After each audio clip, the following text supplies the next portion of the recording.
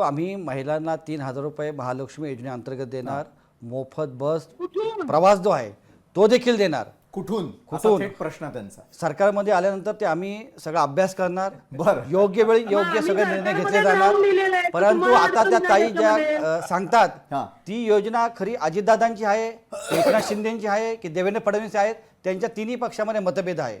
ही सरकारची आहे. कारण वेगवेगळ्या जाहिराती करत असताना त्याच्यावरती बरेच आक्षेप झाले. वर्तमानपत्रामध्ये जाहिराती आल्या, बऱ्याच ठिकाणी एसटी बसेसवरती देखील जाहिरात झाल्या. ही सरकारची योजना आहे की दादांची योजना आहे की मुख्यमंत्र्यांची योजना आहे? गणेश त्यांच्यामध्ये मतभेद आहे. आणि ताई देखील. मला यामध्ये खरं तर म्हणजे ज्या ज्या वेळेला विरोधकांकडनं या बाबतीत आक्षेप नोंदवला जातो, खरं तर मला म्हणजे कधी कधी याचं हसू येतं. म्हणजे यावर प्रतिक्रिया काय द्यावी हे सुद्धा कधी कळत नाही.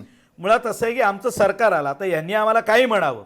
यांनी सरकार स्थापन करताना ज्या पद्धतीनं उद्धव ठाकरेंना हायजॅक करून केलं, त्याला काय शब्द मराठीच्या डिक्शनरीमध्ये अजून काही कळलेलं नाही शब्दकोशातला.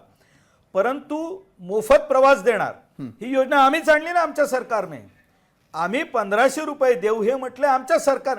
आम्ही तुम्हाला थांबवलं नव्हतं. ज्या वेळेला तुम्ही सत्तेमध्ये आलात, ज्या वेळेला तुम्ही असं म्हणता की आम्ही महाविकास आघाडी, आमचा अजेंडा, आम्ही महाराष्ट्राच्या विकासासाठी आलोय, आम्ही कुठे तुम्हाला थांबवलं होतं?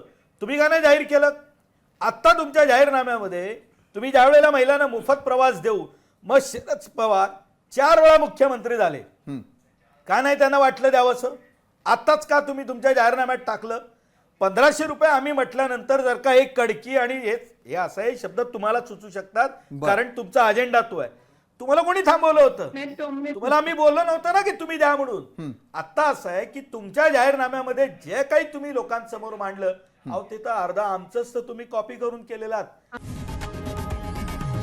लोकशाही मराठी ऐका, पहा, जागरूक रहा.